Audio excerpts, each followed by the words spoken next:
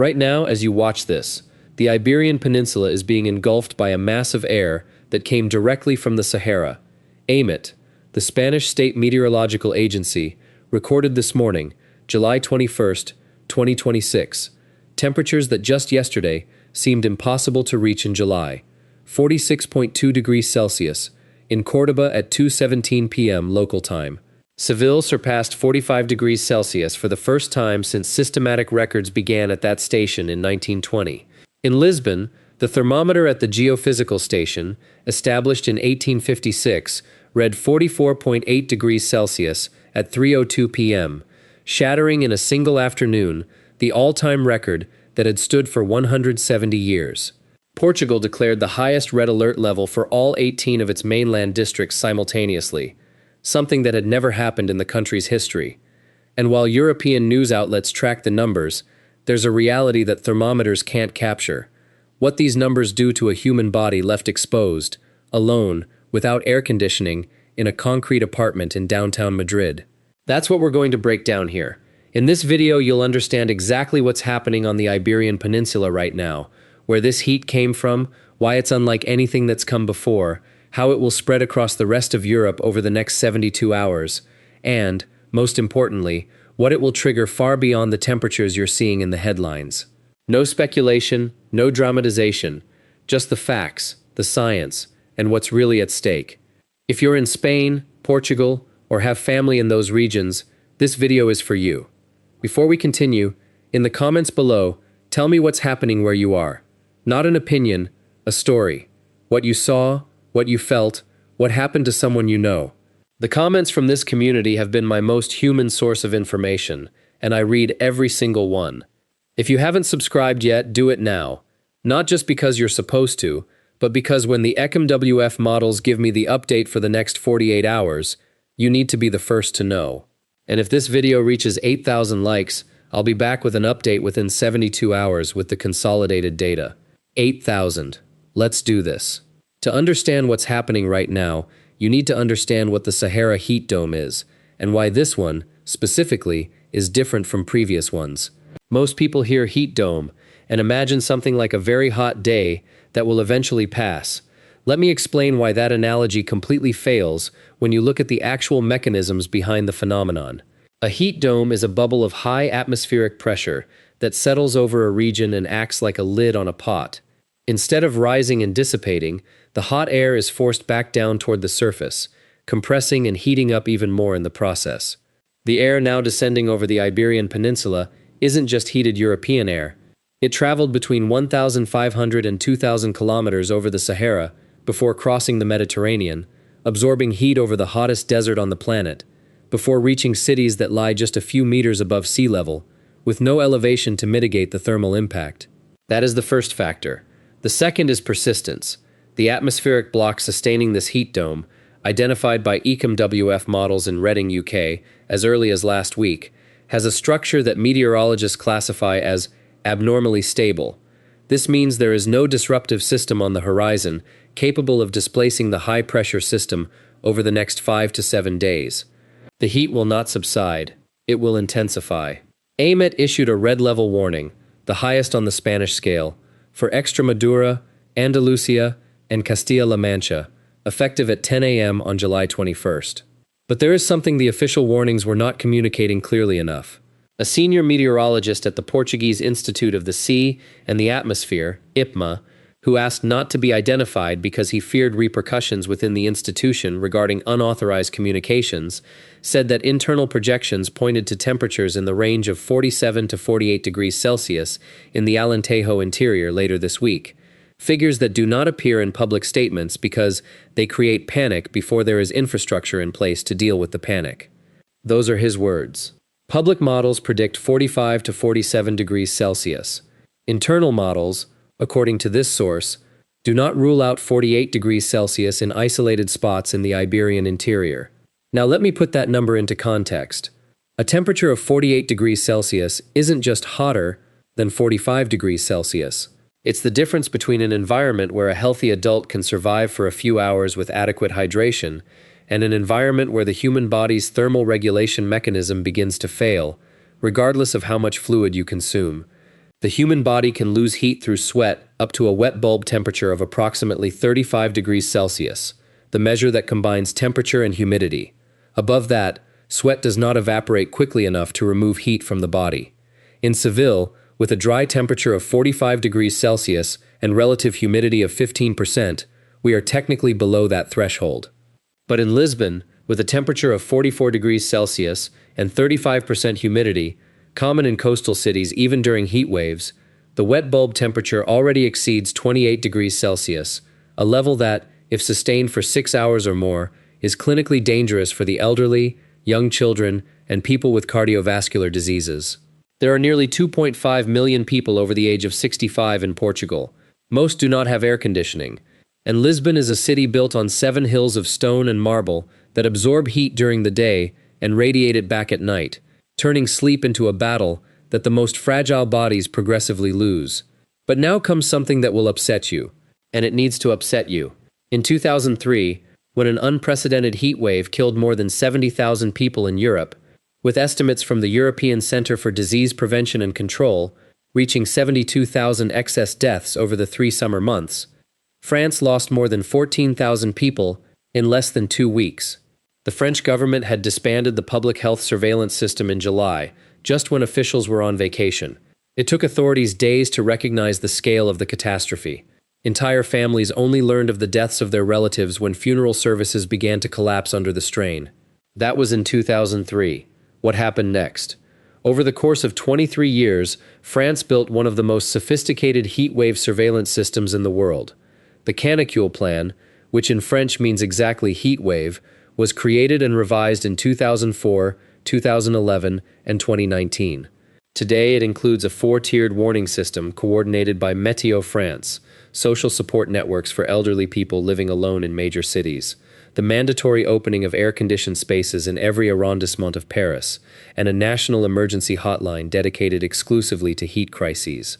In 2019, when another historic heat wave struck Europe with temperatures of 45.9 degrees Celsius in Galargues-le-Monteau, the all-time French record set on June 28, excess mortality in France stood at approximately 1,500 people, devastating, but 1,500 versus 14,000, with a phenomenon comparable in intensity.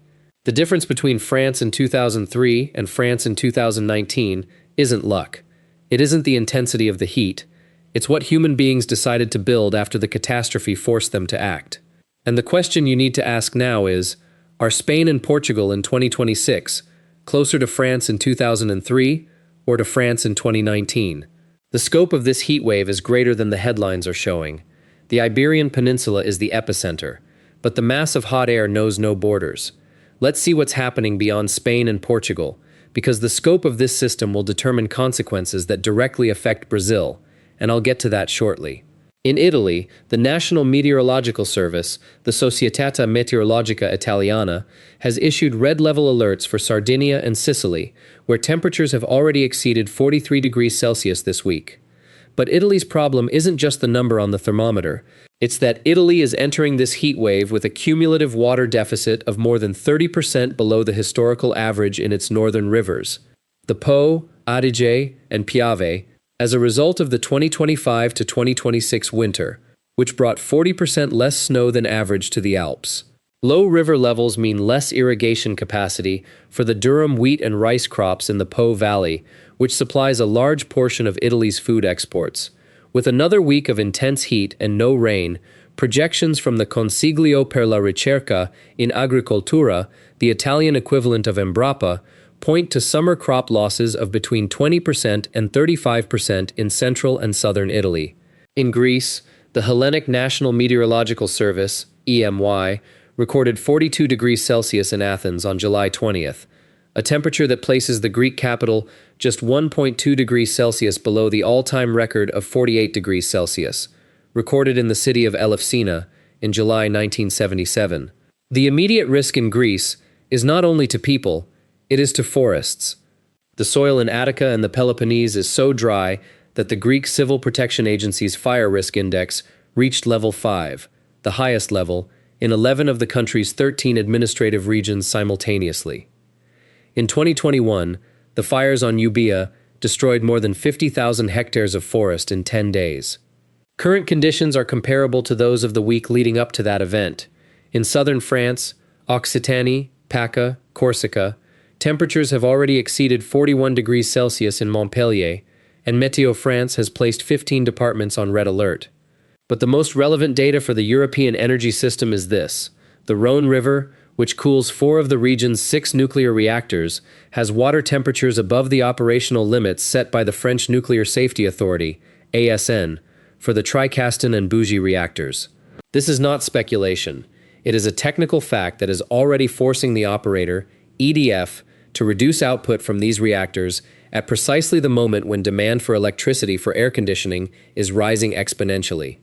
Further north in Germany, the Deutscher Wetterdienst has already issued heat warnings for Baden-Württemberg and Bavaria, with temperatures forecast to reach between 38 and 40 degrees Celsius by the end of this week. The Rhine Basin, which powers Europe's densest industrial logistics network, is currently at a water level below the average navigable level. In 2022, when the Rhine dried up to the point of preventing loaded barges from passing, BASF, the world's largest chemical industrial complex, located in Ludwigshafen on the river's banks, had to reduce its production by 8%. The same risk is materializing now. Most people think of extreme heat as simply a few days of very hot weather.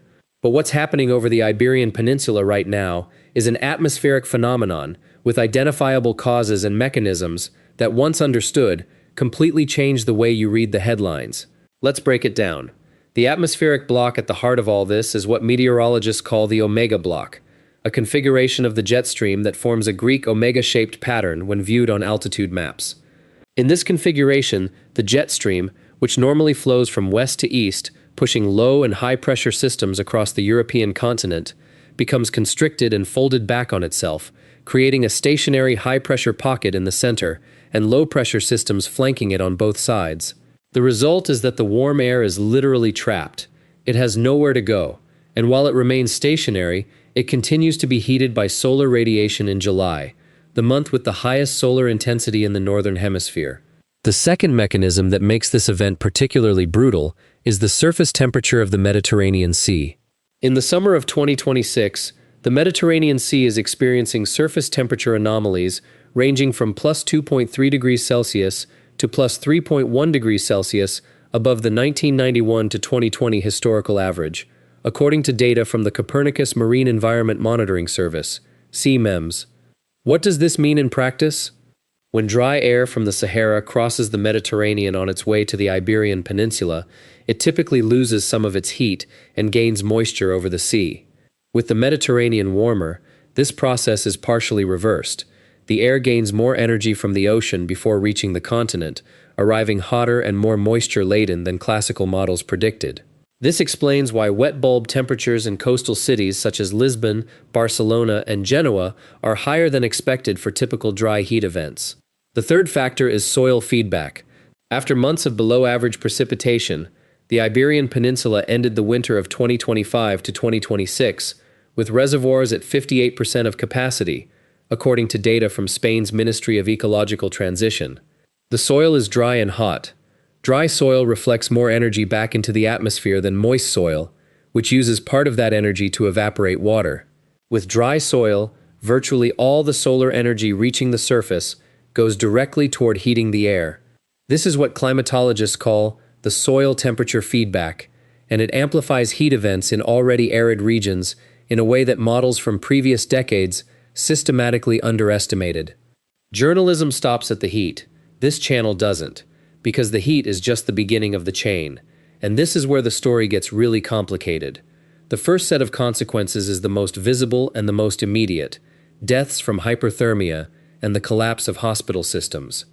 In Seville, the Virgen del Rocío Hospital, the largest public hospital in Andalusia, with 1,459 beds, reported a 94% occupancy rate in its emergency department on the afternoon of July 20th, with 60% of incoming cases heat-related. The medical director of the emergency department, in an interview with the public broadcaster TVE, said that triage capacity was compromised. But this is where the chain continues, because the hospital collapse is not confined to the hospital itself.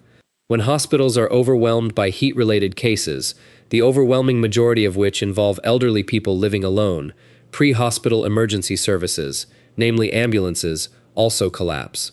In Madrid, Summa 112, the community of Madrid's emergency medical system, reported internally that the average response time to emergency calls jumped from 11 minutes to over 28 minutes on the afternoons of July 19 and 20, because ambulances were tied up responding to heat-related calls and there was insufficient coverage for other emergencies.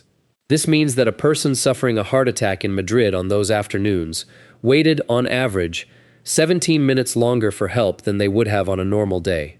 This is the second consequence. The healthcare system collapses due to the heat, and people who do not die from heat-related causes die from other problems that cannot be treated in time. But that is not the end of the chain. The third consequence involves what will happen to Europe's food supply in the coming months. Spain is the European Union's largest exporter of fruits and vegetables, accounting for approximately 21% of all tomato, bell pepper, melon, and grape production exported within the bloc. The regions of Murcia, Almeria, and Valencia, the backbone of Spanish agriculture, are currently experiencing temperatures between 42 and 45 degrees Celsius. Tomatoes, to name just one crop, stop pollinating above 35 degrees Celsius. This does not result in immediate, visible damage in the fields. It is a silent biological damage that will only become apparent when the August and September harvests are tallied, and European supermarkets, as well as Brazilian ones, which import processed Spanish tomato products, discover that there is 30% less product available than expected. The price of processed tomatoes on the international market will rise. And Brazil will feel this impact on store shelves because the country imports tomato products, extract, pulp, paste, in volumes that make Spain a critical supplier to the Brazilian food chain. And the fourth consequence, one that almost no one is factoring in yet, is what this heat will leave in its wake once it finally passes. Iberian soil, already suffering from an accumulated water deficit, will emerge from this week even drier, more impermeable, with the topsoil practically baked. When the fall rains arrive, and they will arrive, likely in September or October, with the increased intensity that Mediterranean convective systems produce on overheated soil, the soil won't absorb the water will run off. And then Spain and Portugal, which are suffering from the heat this week, will suffer from flash floods. It's the same phenomenon, it's the same heat wave, just 2 months apart. If you're in Spain or Portugal right now, the next 72 hours are critical. Not tomorrow, right now. First, stay hydrated before you feel thirsty. By the time thirst sets in, you're already dehydrated.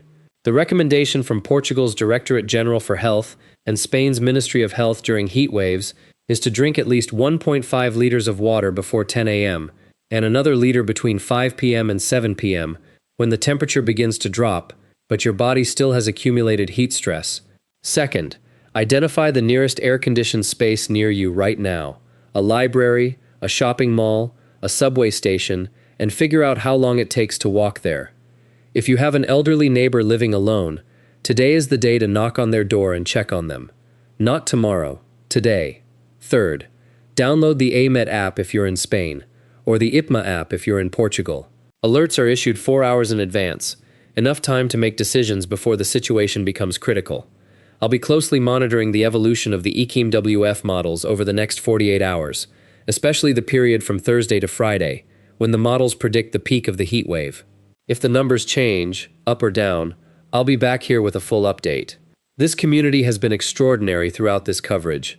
The comments that came in during recent events, reports from Madrid, Lisbon, Seville, and Athens, are what allow me to understand what the models don't capture. Keep them coming. Share this video with people in the affected regions. A warning that reaches them through the right channel, at the right time, can make the difference that official systems sometimes fail to provide. Take care of yourselves. Stay in the shade wherever you can, and see you next time.